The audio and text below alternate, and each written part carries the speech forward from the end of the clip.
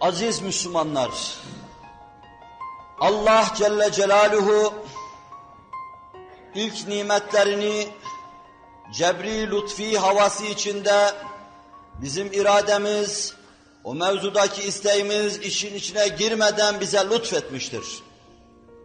İradesiyle arz-ı endam eden insanlara Rabbimizin ikinci nimetlerine gelince onlar birer şart-ı adiye, birer küçük sebebe bağlanmıştır. Rabbim bizi nimetlerle perverde edecek, dünyada ve ukbada aziz kılacaktır. Fakat bu istikamette bizim bir kısım gayretlerimize bağlamıştır. Biz bu istikamette bizden istenen vazifeyi yerine getireceğiz. Rabbim de bizi o nimetlerle perverde edecek ve aziz kılacaktır. Daha sonraki nimetler cebri lütfi şeklinde cereyan etmediğini bir kere daha hatırlatayım.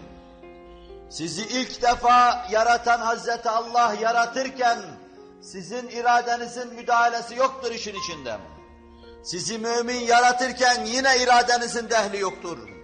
Bu memlekette yaratırken yine iradenizin dehli yoktur. Müslüman bir anadan babadan getirirken bütün bunlar cebri lütfi şeklinde cereyan eden şeylerdir. Ama daha sonra yeni nimetlerin akıp başınıza gelmesini bekliyor, intizar ediyorsanız, bu sizin iradeniz, bu mevzudaki cehdiniz ve gayretinize bağlanmıştır. Sizden herhangi bir cehit olmadıktan sonra Rabbin nimetleri size gelmeyecektir. Gelirse fevkaladeden bir şey olacaktır. Aramızın bulunmuş olması ve telifimiz Rabbin büyük nimetlerinden birisidir. Birbirimizle aramızı bulmamız, sıcak bir atmosfer meydana getirmemiz, musamaha ahlakı içinde yaşamamız, sevgi atmosferi içinde yaşamamız. Rabbim bunu da bize lütfedecektir. Fakat bu mevzuda gelişmiş idraklara, inkişaf etmiş gönüllere ve tam duyan ve duygulanan vicdanlara Rabbimizin lütfu olarak gelecektir.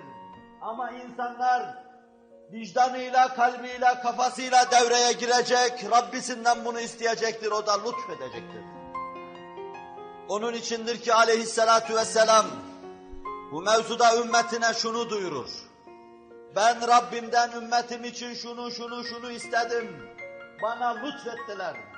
Fakat dedim ki ya Rabbi ümmetim arasına iftirak atmam, onları bölme parçalamam. Rabbim benim bu duamı kabul etmedi diyor. Zira bu ümmeti Muhammed Aleyhisselatü Vesselam'ın davranışlarıyla ayarlamasına bağlı bir husustur.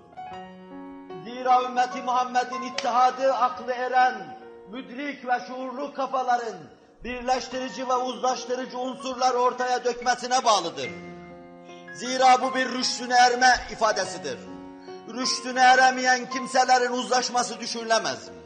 Sokaklardaki çocukların ebediyen kardeş olarak yaşadığını gösterebilir misiniz?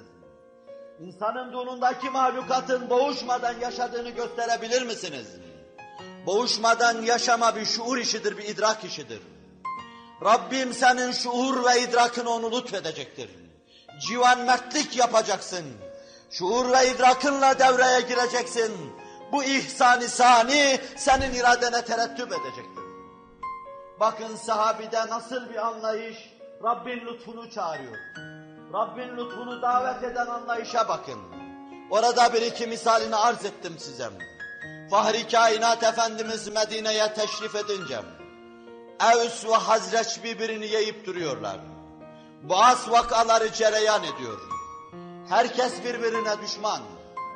Ubade İbni Samit, Muaz İbni Cebel'e düşman. Sa'd İbni Muaz'a düşman. O ona düşman, o da ona düşman.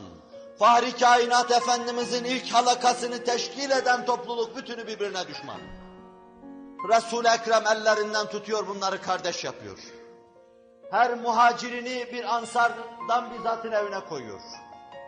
Ve aynı zamanda onlar onların bağlarında çalışıyor ve istifade ediyorlar. Aylar geçiyor aradan.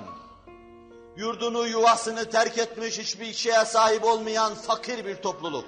Muhacirin, yurdu, yuvası, bağı, bahçesi içinde çalışan, servetli veya hiç olmasa zirai durumu iyi olan zengin bir topluluk, ansar. Muhacirin Ansar'ın evinde çalışıyor. Ansar'ın evinde yatıp kalkıyor. Ansar'la beraber yiyip içip oturuyor, Ansar'la beraber dolaşıyor. Bir gün muhacirin geldi Resul-i Ekrem'e, dediler ki ya Resulallah, bu Ansar kardeşlerimiz bize yardım ediyorlar. Bizi kardeş kıldın bunlarla. Fakat bize giran geliyor ve var olduğumuz hissine varıyoruz. Biz Allah için Mekke'yi terk ettik. Allah için evladı iyali terk ettik. Allah için yurdu yuvayı terk ettik ve Allah için hicret ettik.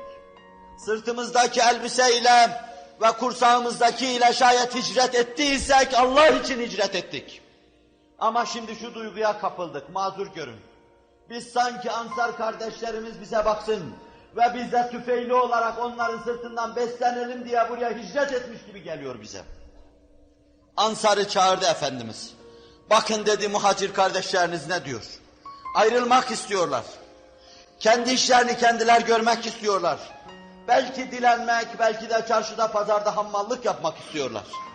Ansar ağladı. Dediler ki ya Resulallah, muhacir kardeşlerimiz senin için her fedakarlık yaptılar. Yurtlarını, yuvalarını terk ettiler. Müsaade etsinler Allah için biz onlara bakalım. Müsaade etsinler evlerimizde barındıralım. Muhacirin diyordu ki hayır ya Resulallah, bağışlasınlar bizi. Bağışlasınlar, ayrılalım bugünden itibaren. Biz hizmetimizin mükafatını alıyoruz, ağır geliyor bize. Bunun için hicret etmişiz gibi geliyor. Ansar ayağını diretiyor, olamaz diyor. Muhacirin de illa da ayrılalım diye diretiyor. Ve Resul-i Ekrem sulh ediyor onları. Diyor ki evlerinden ayrılın. Bağ ve bahçelerde beraber çalışın. Siz de kazancınızı alın. Kendinize göre öyle medar-ı maişetinizi temin edin ve geçinin diyor. Gönülleri Ansar'ın istemiyor ama hakem Resul-i Ekrem olduğu için razı oluyorlar. Bu Fahri Kainat Efendimizin eliyle teessüs etmiş bir kardeşliktir.